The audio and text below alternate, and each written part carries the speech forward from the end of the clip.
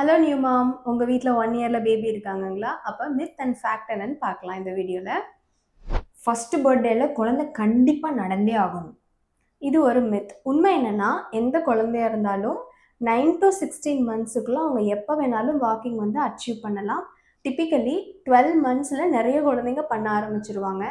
சில குழந்தைங்க ஏர்லியாகவே 9 மந்த்ஸ்லேயே நடக்கிறதும் உண்டு. இன்னும் சில குழந்தைங்க கொஞ்சம் லேட்டாக ஒரு 16 மந்த்ஸுக்குள்ளே நடக்கிறதும் உண்டு. பட் அட்லீஸ்ட் கம்ப்ளீட்டாக மாஸ்டர் பண்ணலைனாலும் அவங்க நடக்கிறதுக்கான முயற்சி எடுக்கிறாங்க அப்படின்னா அது நார்மல் தான். குழந்தைங்க தவழ்கிற ஸ்டேஜை ஸ்கிப் பண்ணுறது நல்லது. இதுக்கு உண்மை என்னன்னா, குழந்தைங்க தவழ்ந்து போகிற ஸ்டேஜை ஸ்கிப் பண்ணிட்டு டைரெக்டாக நிறைய குழந்தைங்க வந்து உட்கார்ந்துருப்பாங்க, பிடிச்சு எந்திரிச்சு நடக்க ஆரம்பிச்சிருவாங்க. பட் பெரியவங்களோ வீட்டில் இருக்க நம்ம என்ன நினைப்போம், பரவாயில்லையே குழந்தை உட்காந்துருந்தா இப்போ நடக்க ஆரம்பிச்சிட்டான், எந்திரிக்க ஆரம்பிச்சிட்டான்னு நினைப்போம். பட் அங்கே தான் பாயிண்ட்டே. எந்த ஒரு குழந்தை க்ரால் பண்ணலையோ அவங்களுக்கு கோர் ஸ்ட்ரென்த்லேயும் bilateral activation and sensory and reflex integration ப்ராப்பராக கோஆர்டினேட் ஆகாததுனால கூட அந்த குழந்தை உட்கார்ந்துருந்த குழந்தை டைரெக்டாக ஸ்டாண்டிங் போஸ்டருக்கு வந்துடுவாங்க. ஸோ க்ராலிங் ஸ்டேஜை மிஸ் பண்ணுறது கண்டிப்பாக நல்லது கிடையாது. இந்த க்ராலிங் தான் ஃப்யூச்சர் ஸ்கில்ஸை வந்து ரொம்பவே சப்போர்ட் பண்ணுது. அது என்னென்னா நத்திங் பட் உங்கள் குழந்தை ஸ்கூலில் போய் எழுதுறதுக்கும் படிக்கிறதுக்கும் ரொம்ப ஹெல்ப்ஃபுல்லாக இருக்குது. உங்கள் குழந்தை ஸ்கூலில் நல்லா படிக்கணும் எழுதணும் அப்படின்னா க்ராலிங் ரொம்ப ரொம்ப அவசியம். அதை கண்டிப்பாக உங்கள் குழந்தைக்கு க்ராலிங் ப்ராக்டிஸ் கொடுங்க இன்கேஸ் அவங்க மிஸ் பண்ணுறாங்க அப்படின்னா. குழந்தைங்க உட்கார்றதுக்கு சீக்கிரமாக அவங்கள உட்கார வச்சு பழக்கப்படுத்துங்க. இதுவும் மித்து தான். உண்மை என்னென்னா, ஸோ ஆக்சுவலி 3 மாதத்தில் தலை நிற்கும், 6 மாதத்துக்கு மேலே அவங்க உட்கார ஆரம்பிப்பாங்க. பட் 6 மாதத்துக்கு முன்னாடியே அந்த குழந்தைக்கு தலை நிற்கிறதுக்கான ஸ்டெபிலிட்டி தான் இருக்கும். அங்கே கொண்டு போய் நீங்கள் உட்காருன்னு சொல்லி ஹிப்பில் கொண்டு போய் நீங்கள் போர்ஸை கொடுக்குறீங்க அப்படின்னா அந்த குழந்தைக்கு கண்டிப்பாக அந்த ஏஜுக்கு என்ன எக்ஸ்ப்ளோரேஷன் இருக்கோ அது லிமிட் ஆகிடும். ஸோ அவங்க எக்ஸ்ப்ளோர் பண்ண மாட்டாங்க. செகண்ட் பாயிண்ட், அவங்களுக்கு நம்ம இந்த மாதிரி பண்ணுறதால எக்ஸசிவான இடுப்பில் ப்ரெஷர் போகிறதால ஸோ அவங்களுடைய மஸ்குலோ ஸ்கெலட்டல் பேட்டர்னும் மூமெண்ட் பேட்டர்னும் டிலே ஆகும். அது கண்டிப்பாக பாதிக்கப்படும். இது ரொம்ப ரொம்ப ஒரு தப்பான விஷயம். உங்கள் குழந்தைக்கு எந்த ஏஜில் இருக்காங்களோ அதுக்கான ஆக்டிவிட்டீஸ் அண்ட் ப்ராக்டிஸை நீங்கள் கொடுத்தா போதும். சீக்கிரமாக பண்ணணுங்கிறதுக்காக நீங்கள் முன்னாடியே ஸ்டார்ட் பண்ணி பிரச்சனைகளை உண்டு பண்ணிக்க வேண்டாம். இது கம்ப்ளீட்லி மித். வாக்கர்ஸ் இருந்தால் தான் குழந்தைங்க நல்லாவே நடப்பாங்க.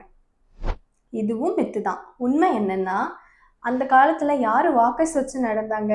நம்ம எல்லாம் கட்டில் பிடிச்சோ காட்டை பிடிச்சோ அப்படி தானே கையை பிடிச்சி தானே நடந்து பழகணும். இந்த ஜென்ரேஷனில் இருக்கிற பேரண்ட்ஸ் தான் ஓவர் ப்ரொடெக்டிவாக அண்ட் நிறைய ஃபேன்சி ஐட்டம்ஸ்லாம் நம்ம வாங்கி கொடுக்குறோம். பட் உண்மை என்னென்னா, வாக்கர்ஸ்னால வாக்கிங் வந்து ஸ்டெபிலைஸ் ஆகாது.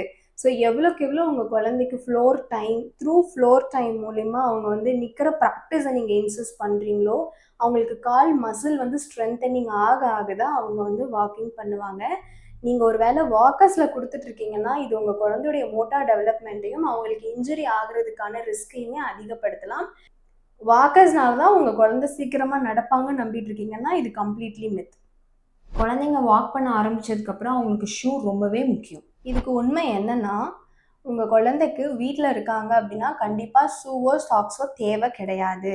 பட் இப்போ நம்ம என்ன பண்ணுறோம், வெளியே போனாலும் சரி வீட்டில் இருந்தாலும் சரி அழகாக க்யூட்டாக நம்ம சாக்ஸையும் ஷூவையும் வாங்கி மாட்டி விட்டுறோம். இந்த மாதிரி பண்ணுறதுனால உங்கள் குழந்தையுடைய டைனி ஃபீட்ஸ்க்கு சென்சரி எக்ஸ்ப்ளோரேஷன், எப்படி பாடியை பேலன்ஸ் பண்ணணும், எந்த சர்ஃபேஸில் நம்ம எப்படி காலை பொசிஷன் பண்ணணும், எந்த இடத்துல நம்மளுடைய பாடியை பேலன்ஸ் பண்ணி கோஆர்டினேட் பண்ணி வாக் பண்ணுறதுக்கு நம்ம எவ்வளோ ஸ்டெபிலிட்டி கொடுக்கணுங்கிற அவேர்னஸ் எல்லாமே குறைஞ்சிருது.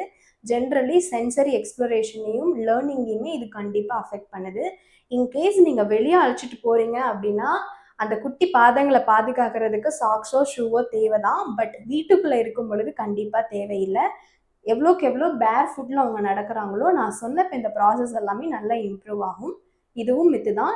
சாக்ஸோ ஷூவோ இல்லாமல் உங்கள் குழந்தைக்கு தரையில் நல்லா எக்ஸ்ப்ளோர் பண்ண வைங்க. அதுதான் அவங்களோட டெவலப்மெண்ட்டுக்கு பெஸ்ட்டு. குழந்தைங்களுக்கு சாலிட்ஸ் கொடுத்த உடனே சோக்கிங்கும் கேகிங்கும் சேம் திங் தான். ஆக்சுவலி இது கண்டிப்பாக மித்து தான். பிகாஸ் சோக்கிங் வேறு, கேகிங் வேறு. நீங்கள் ஃபஸ்ட்டு டைம் உங்கள் குழந்தைக்கு 6 மாதத்துக்கு அப்புறம் ஃபஸ்ட் டைம் நீங்கள் ஒரு சாலிட்ஸ் நீங்கள் ட்ரை பண்ணுறீங்க அப்படின்னா அந்த குழந்தை முழுங்கும் பொழுது ஃபுட் பைப்பில் ஓக்கல் கார்டில் அந்த ஃபுட் பார்ட்டிகல்ஸ் போயிடுச்சு அப்படின்னா அந்த ஃபுட் பார்ட்டிகல்ஸோடைய ரிஃப்ளெக்ஷன் தான் வாமிட்டாவோ ஒமட்டுறதுன்னு சொல்லுவோம் இல்லைங்களா, அந்த மாதிரி வெளியே வரும். பட் சோக்கிங் அப்படிங்கிறது நம்மளுடைய ஏர் வேல நம்ம கொடுக்குற ஃபுட்டு வந்து அது உள்ளுக்குள்ளே போயிட்டு இதனால அந்த குழந்தைக்கு மூச்சு திணறலை கொடுக்கறது தான் சோக்கிங். ஸோ கேகிங் அப்படிங்கிறது ஒரு நார்மலான ரிஃப்ளெக்ஸ். சோக்கிங் அப்படிங்கிறது மூச்சு திணறல். இதனால அந்த குழந்தையுடைய உயிருக்கே கூட ஆபத்து வரலாம். ஸோ இந்த மாதிரி சோக்கிங் இருக்குது அப்படின்னா கண்டிப்பாக உங்கள் குழந்தைக்கு மெடிக்கல் எமர்ஜென்சியாக ஹெல்ப் தேவை. பட் கேகிங்க்கு தேவையில்லை. இது ஒரு நார்மலான ரிஃப்ளெக்ஸ் தான். ஐ ஹோப் இந்த இன்ஃபர்மேஷன் ரொம்ப யூஸ்ஃபுல்லாக இருக்கும். நீங்கள் 1 இயர் பேபிக்கு அம்மா அப்பாவாக இருக்கீங்களா, அப்போ இந்த இன்ஃபர்மேஷன் கண்டிப்பாக யூஸ்ஃபுல்லாக இருக்கும். இதை கண்டிப்பாக அப்ளை பண்ணவும் ட்ரை பண்ணுங்கள். தேங்க்ஸ் ஃபார் வாட்சிங். Keep supporting us.